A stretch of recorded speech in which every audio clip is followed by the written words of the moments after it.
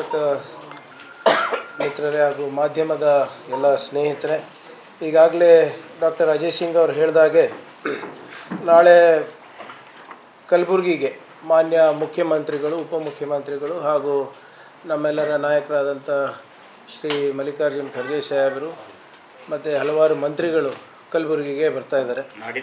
ನಾಡಿದ್ದು 12ನೇ ತಾರೀಕು ಬೆಳಗ್ಗೆ 10 ಗಂಟೆಗೆ ಅಲ್ಲಿಂದ ಬೆಂಗಳೂರಿಂದ ರವಾನೆಯಾಗಿ ಇಲ್ಲಿ 11:10ಕ್ಕೆ ಬಂದು ಇಲ್ಲಿಂದ ನೇರವಾಗಿ ಯಡ್ರಾಮಿ ಕಾರ್ಯಕ್ರಮಕ್ಕೆ ಹೋಗ್ತಾರೆ. ಈಗಾಗಲೇ ಅಜಯ್ ಸಿಂಗ್ ಅವರು ಹೇಳಿದಂಗೆ ಯಡ್ರಾಮಿನಲ್ಲಿ ಸುಮಾರು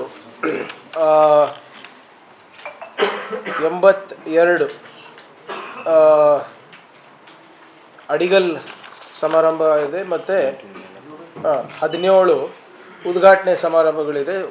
ಒಟ್ಟಾರೆ 99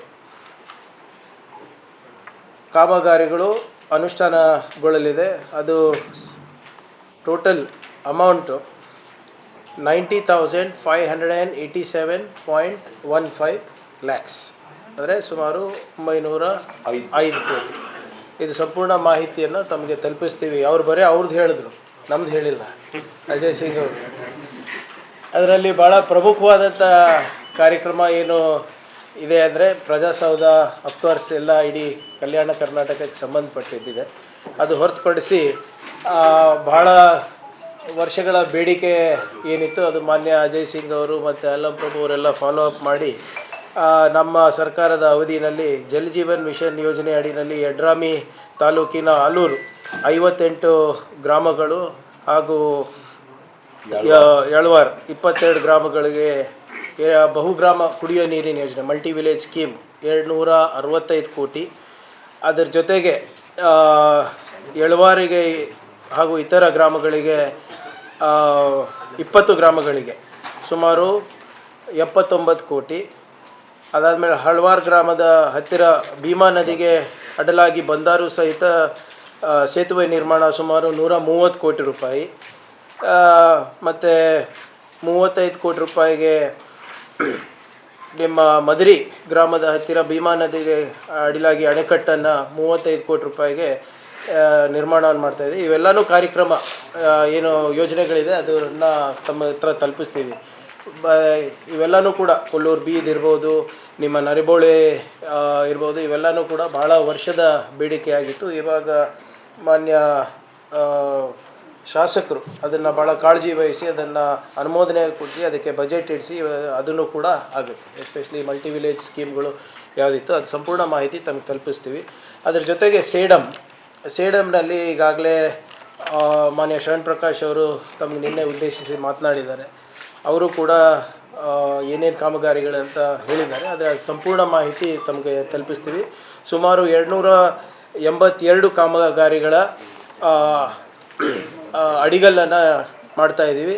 ಅದ್ರ ಮೊತ್ತ 57,968 ಲಕ್ಷ ರೂಪಾಯಿ. ಅದ್ರ ಜೊತೆಗೆ 362 ಕಾಮಗಾರಿಗಳ ಉದ್ಘಾಟನೆ ಆಗಲಿದೆ. ಅದರ ಮೊತ್ತ ದಯವಿಟ್ಟು ಕ್ಷಮಿಸಬೇಕು, 76 ಕಾಮಗಾರಿಗಳ ಉದ್ಘಾಟನೆ ಆಗಲಿದೆ. ಅದರ ಮೊತ್ತ 11,035 76 ವರ್ಕ್ಸ್ 11,035 ಲ್ಯಾಕ್ಸ್.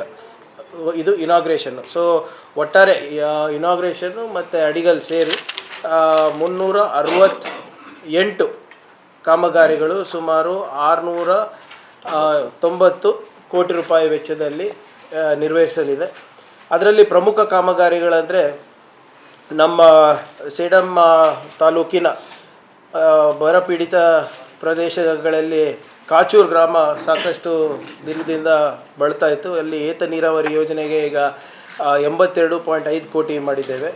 ಅದರ ಜೊತೆಗೆ ಬೀರ್ನಳ್ಳಿ ಗ್ರಾಮದಲ್ಲೂ ಕೂಡ ಏತ ನೀರಾವರಿ ಸುಮಾರು 90 ಕೋಟಿಗೆ ನಾವು ಪ್ರಸ್ತಾವವನ್ನು ಸಲ್ಲಿಸಿ ಅದನ್ನು ಕೂಡ ಅನುಮೋದನೆ ಆಗಿ ಅದನ್ನು ಕೂಡ ಅಡಿಗಲ್ಲನ್ನು ಮಾಡ್ತಾಯಿದ್ವಿ. ಮತ್ತು ಯಡ್ಡಳ್ಳಿ ಗ್ರಾಮದಲ್ಲಿ ನೀರಾವರಿಗೋಸ್ಕರ ಸುಮಾರು 67.3 ಕೋಟಿ ರೂಪಾಯಿಯನ್ನು ನಾವು ಕೊಟ್ಟಿದ್ದೀವಿ. ತರನಹಳ್ಳಿನಲ್ಲಿ 82.9 ಕೋಟಿ ವೆಚ್ಚದಲ್ಲಿ ನಾವು ಕಾಮಗಾರಿಗಳನ್ನ, ನೀರಾವರಿ ಕಾಮಗಾರಿಗಳನ್ನು, ಸೌಲಭ್ಯಗಳನ್ನು ಕಲ್ಪಿಸೋಕ್ಕೆ ನಾವು ಮಾಡ್ತಾಯಿದ್ದೀವಿ.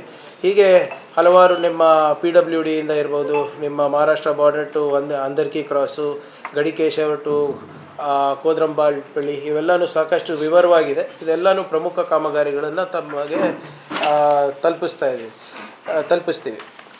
ಒಟ್ಟಾರೆ ಸೇಡಮ್ಮು ಮತ್ತು ಜೇವರ್ಗಿನಲ್ಲಿ ನಾಳೆ 12ನೇ ತಾರೀಕು ನಮ್ಮ ನಾಯಕರುಗಳೆಲ್ಲರೂ ಸೇರಿ ಸುಮಾರು 374 ಕಾಮಗಾರಿಗಳಿಗೆ ಅಡಿಗಲ್ಲನ್ನು ಹಾಕ್ತಾ ಇದ್ದಾರೆ.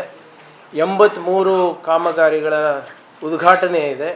ಒಟ್ಟಾರೆ 467 ಕಾಮಗಾರಿಗಳಿಗೆ ಸುಮಾರು 15,991.1 ಲಕ್ಷ ವೆಚ್ಚ ಆಗ್ತಾ ಇದೆ. ಸೊ ಆಲ್ಮೋಸ್ಟ್ 1,595 ಕ್ರೋರ್ಸ್ ವರ್ಕ್ ಇದು ಆಗ್ತಾಯಿದೆ. ನಮ್ಮ ಚಿತ್ತಾಪುರ ಕೂಡ ಇತ್ತು ಈ ಲಿಸ್ಟಲ್ಲಿ, ಆದರೆ ಮೊದಲನೇದಾಗಿ ಯಡ್ರಾಮಿ ಚಿತ್ತಾಪುರ ಇತ್ತು. ಆದರೆ 3 ಕಷ್ಟ ಆಗುತ್ತೆ ಅಂದ್ಬಿಟ್ಟು ಮತ್ತು ಸೇಡಮ್ನಲ್ಲಿ ನೀರಾವರಿ ಪ್ರಾಜೆಕ್ಟ್ಸ್ ಇರೋದ್ರಿಂದ ಎಲ್ಲನೂ ಕೊಡ್ತೀವಿ sir. Total 1,595 crores including Yadrami and Sedam, Jagargi ಮತಕ್ಷೇತ್ರ ಮತ್ತು ಸೇಡಮ್, ಇವೆಲ್ಲ ಕಾಮಗಾರಿಗಳ ಲಿಸ್ಟು ಕೊಟ್ಬಿಡ್ತೀವಿ ತಮಗೆ. ಸೊ ಇದು ಮೊದಲನೇದಾಗಿ. ಎರಡನೇದಾಗಿ ಭಾಳ ಪ್ರಮುಖವಾದಂಥ ಒಂದು ಪತ್ರಿಕಾ ಪ್ರಕಟಣೆಗಳು ಇದೂ ಕೂಡ ತಮಗೆ ಸಂಪೂರ್ಣ ಮಾಹಿತಿ ನಾವು ತಲುಪಿಸ್ತೀವಿ. ಈ 2025-26ನೇ ಸಾಲಿನ ಮುಂಗಾರು ಹಂಗಾಮಿನಲ್ಲಿ ಭಾರೀ ಮಳೆ ಹಾಗೂ ಪ್ರವಾಹದಿಂದ ಹಾನಿಯಾದ ಜಿಲ್ಲೆಯ ಕೃಷಿ ಮತ್ತು ತೋಟಗಾರಿಕೆ ಇಲಾಖೆ ಜಂಟಿ ಸಮೀಕ್ಷೆ ವರದಿಯಂತೆ ಒಟ್ಟು 3,24,000 ಹೆಕ್ಟೇರ್ ಹಾನಿಯಾಗಿರೋ ಪ್ರದೇಶ ಅಂತ ತಮಗೆಲ್ಲ ಮಾಹಿತಿ ಇದೆ. ಈಗಾಗಲೇ ಅದರ ಪೈಕಿ ಒಟ್ಟು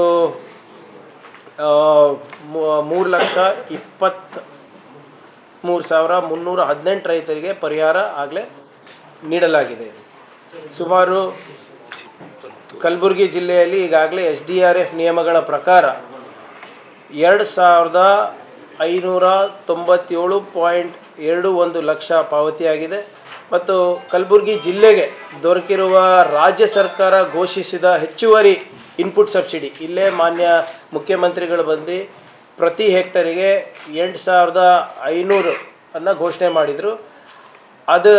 ಅದ್ರ ತಕ್ಕಂಗೆ ಈಗಾಗಲೇ 24,775.82 ಲಕ್ಷಗಳನ್ನು ಈಗಾಗಲೇ ಪಾವತಿಸಲಾಗಿದೆ ನಮ್ಮ ಇನ್ಪುಟ್ ಸಬ್ಸಿಡಿ. ಸೊ ಒಟ್ಟಾರೆ ಕಲಬುರಗಿ ಜಿಲ್ಲೆಗೆ ಈಗಾಗಲೇ ವಿತರಿಸಲಾಗಿರುವ ಪರಿಹಾರ ಒಟ್ಟು 49,873.03 ಲಕ್ಷ, 49,873.03 ಲ್ಯಾಕ್ಸ್. ಅದನ್ನು ಕೂಡ ಸಂಪೂರ್ಣ ಮಾಹಿತಿ ತಮಗೆ ನಾವು ಒದಗಿಸ್ತೀವಿ. ಮತ್ತು ವಿಶೇಷವಾಗಿ ನಮ್ಮ ಈ ಅತಿವೃಷ್ಟಿಯಿಂದ ಸಾಕಷ್ಟು ನಮ್ಮ ಜಿಲ್ಲಾ ಪಂಚಾಯತಿ ರಸ್ತೆಗಳು ಹಾಳಾಗಿದ್ದು, ತಾವು ಕೂಡ ಅದು ಹೋದ ತಿಂಗಳು ನಮ್ಮ ಗಮನಕ್ಕೆ ತಂದಾಗ ನಾನು ಮಾತು ಕೊಟ್ಟಿದ್ದೆ, ಒಂದು ವಿಶೇಷವಾದಂಥ ಪ್ಯಾಕೇಜನ್ನು ನಾವು ಕಲಬುರಗಿಗೆ ನಾವು ನೀಡ್ತೀವಿ ಅಂದ್ಬಿಟ್ಟು. ಅದು ಮಾತು ಕೊಟ್ಟಂಗೆ ಈಗಾಗಲೇ ನಾವು ಸುಮಾರು 90 ಕಾಮಗಾರಿಗಳನ್ನು ನಾವು ತೊಗೊಂಡಿದ್ದೇವೆ.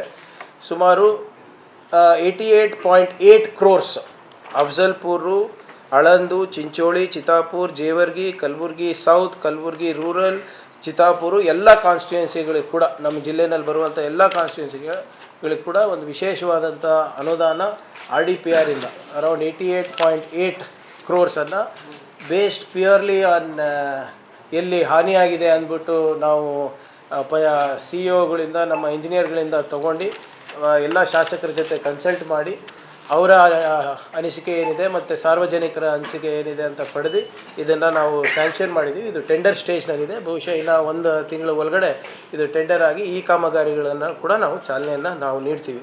ಸೊ ಒಟ್ಟಾರೆ ನಾವು ಏನು ಮಾತನ್ನು ಕೊಟ್ಟಿದ್ವಿ ನಮ್ಮ ಜಿಲ್ಲೆಯ ಜನರಿಗೆ, ಒಂದನೇದು ಇನ್ಪುಟ್ ಸಬ್ಸಿಡಿದಿರ್ಬೋದು, ಪರಿಹಾರದಿರ್ಬೋದು, ಅದರ ಜೊತೆಗೆ ಏನು ವಿಶೇಷವಾದಂಥ ಒಂದು ಪ್ಯಾಕೇಜ್ ನಮ್ಮ ಸರ್ಕಾರದ ವತಿಯಿಂದ ನಾವು ಮಾಡ್ತೀವಿ ಅಂತ ನಾವು ಹೇಳಿದ್ವಿ. ಇವೆರಡೂ ಕೂಡ ನಾವು ಮಾತಿಗೆ ತಕ್ಕಂಗೆ ನಾವು ನಿರ್ವಹಿಸಿದ್ದೀವಿ.